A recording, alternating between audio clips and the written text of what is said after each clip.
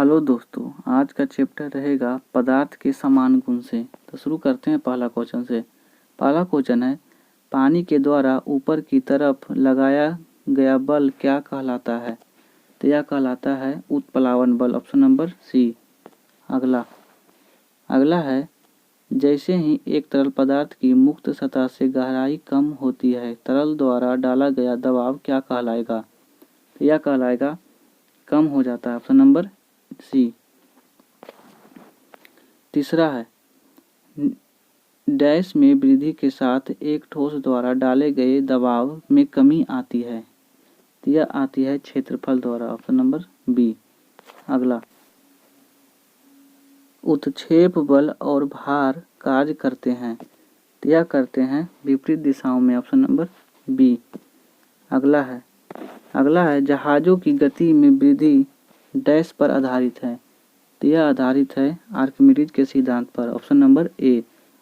अगला है ऊपरी प्रनोद और भार डैश में प्रयुक्त होते हैं। तो यह होते हैं विपरीत दिशा में, ऑप्शन नंबर बी। अगला है किसी वस्तु का तरल पदार्थ पर रखे जाने से उत्पन्न ऊर्ध्वगामी दबाव को क्या कहते हैं?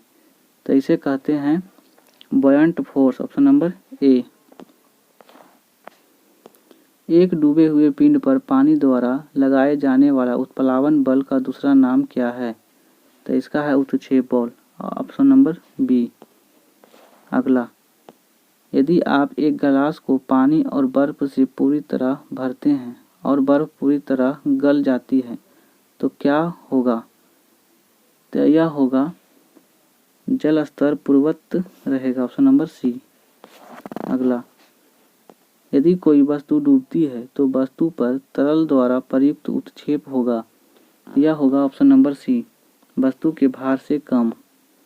अगला, किसी तरल के लंबवत कार्य करने वाला बल क्या कहलाता है? यह कहलाता है उत्क्षेप बल, ऑप्शन नंबर ए।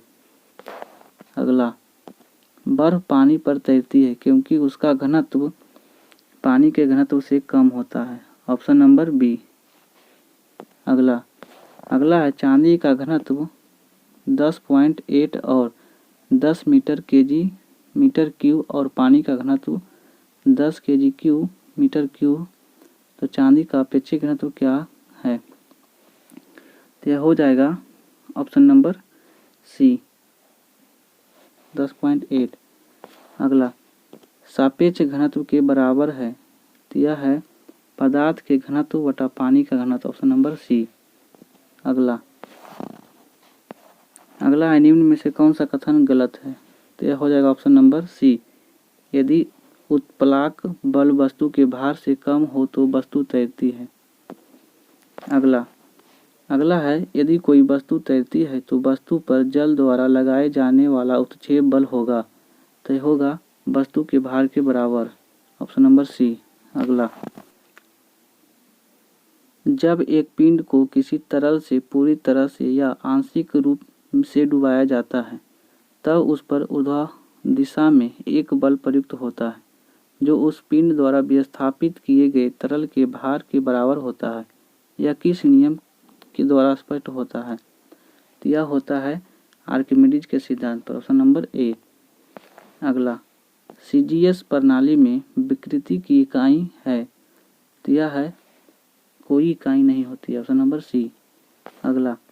अगला है एक ब्लॉटिंग पेपर स्याही कैसे सोखता है? तो यह सोखता है कोशिक कैपिलरी क्रिया द्वारा, ऑप्शन नंबर बी। अगला है एक द्रव की बूंद संयोजित होती है क्योंकि इसके कणों का आकर्षण इसका संभव क्षेत्रफल न्यूनतम करता है। इस परिघटना को कहा जाता है। तो इसे कहा जाता है पृष्ठ तनाव, ऑप्शन नंबर ए। जल की गिरती हुई बूंद किस गुणधर्म के कारण गोलाकार होता है? तो यह होता है ऑप्शन नंबर ए, जल के पृष्ठीय तनन के कारण।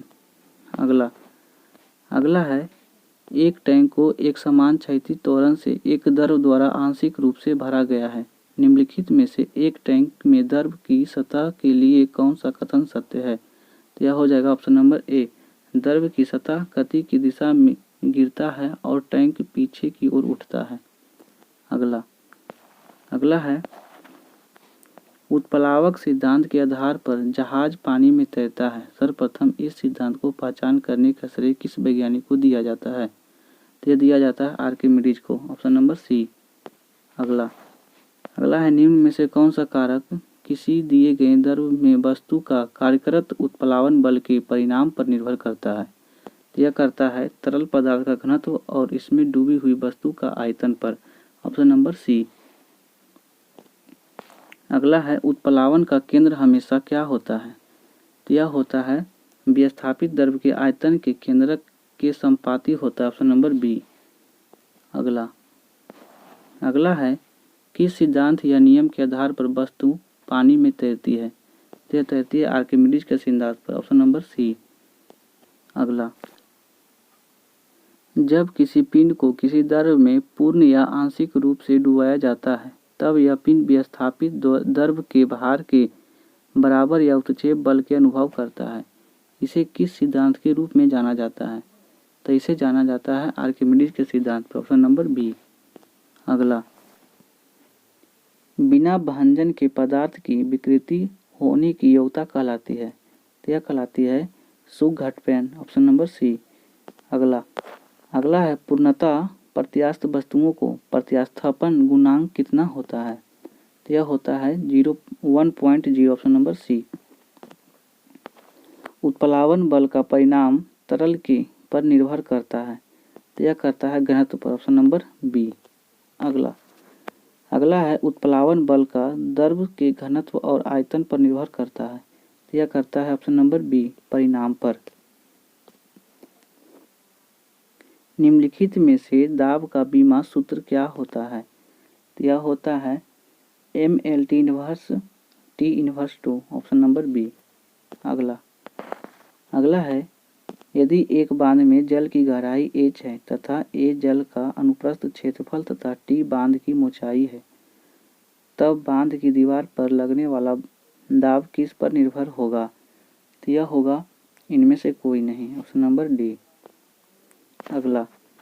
अगला है जब पानी से भरे हुए एक बीकर में एक कॉर्क और कील को रखा जाता है तो कॉर्क तैरता है जबकि कील डूब जाती है। इसके पीछे क्या कारण है? तो इसके पीछे लोहे की कील का घनत्व पानी के घनत्व से अधिक है। Option number B. अगला है दाब को के रूप में परिभाषित किया जाता है।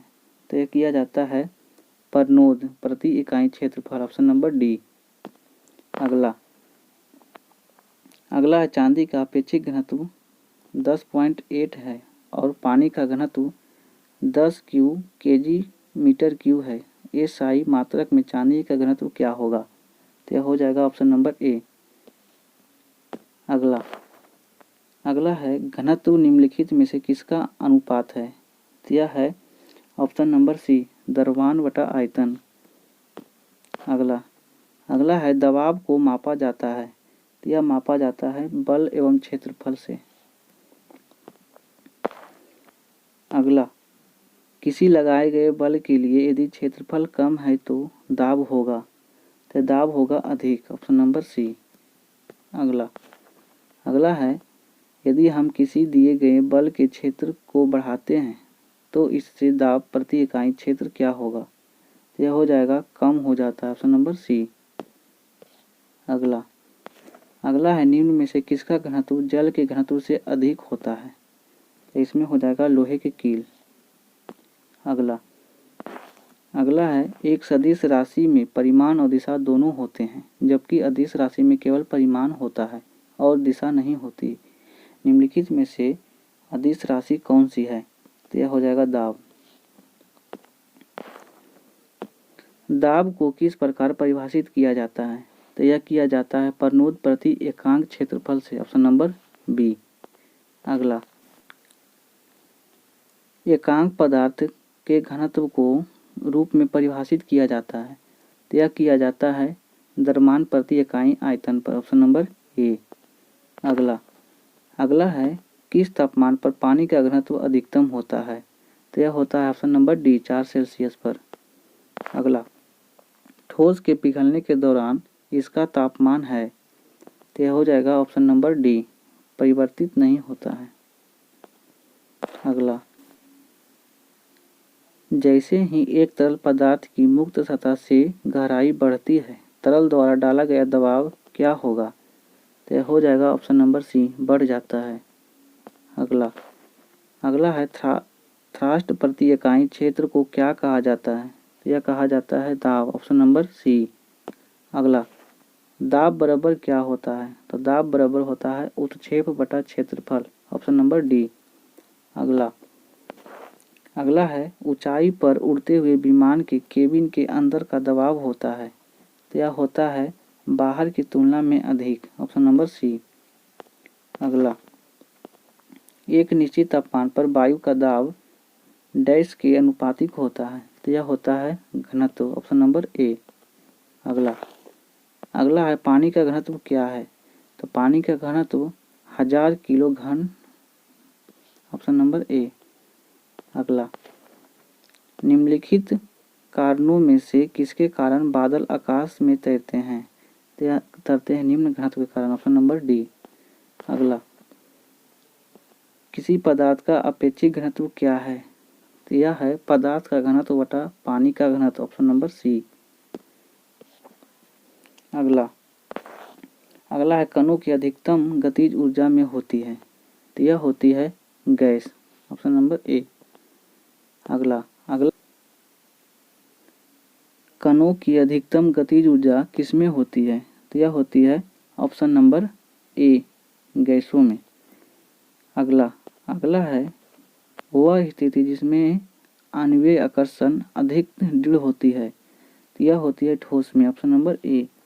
अगला है गैस के आणविक गति के वितरण पर तापमान में वृद्धि के प्रभाव के संबंध में निम्नलिखित में से कौन सा कथन सत्य नहीं है? तो यह हो जाएगा ऑप्शन नंबर बी, सबसे संभावित गति के साथ अणुओं का अंश बढ़ता है, ऑप्शन नंबर बी। अगला है जब किसी वस्तु को पानी में डुबाया जाता है तो उस पर ऊपरी बल कार्य करता है। इस बल को क्या कहा जाता है? तो इसे कहा जाता है उत्प्लावक बल, ऑप्शन नंबर बी। अगला है निम्न में से क्या आर्किमिडीज के सिद्धांत पर आधारित नहीं है? तो यह हो जाएगा ऑप्शन नंबर डी, ऑडोमीटर। अगला है ठोस द्रव और गैस द्रव से विसरित होते हैं। विसरण के संबंध में निम्न में से कौन सा कथन सत्य है?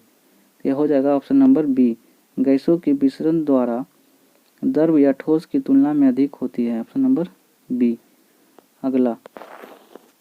अगला है वस्तु किसी गैस द्वारा पात्र की दीवार पर लगाया गया बल गैस के अणुओं, यह हो जाएगा ऑप्शन नंबर डी, के दीवार से टकराने के कारण संवेग में परिवर्तन। मास प्रति यूनिट वॉल्यूम क्या है? तो ऑप्शन नंबर सी, घनत्व। अगला है एक आदर्श तरल पदार्थ क्या है? तो यह है घर्षण रहित और असंपीड्य होता है, ऑप्शन नंबर डी।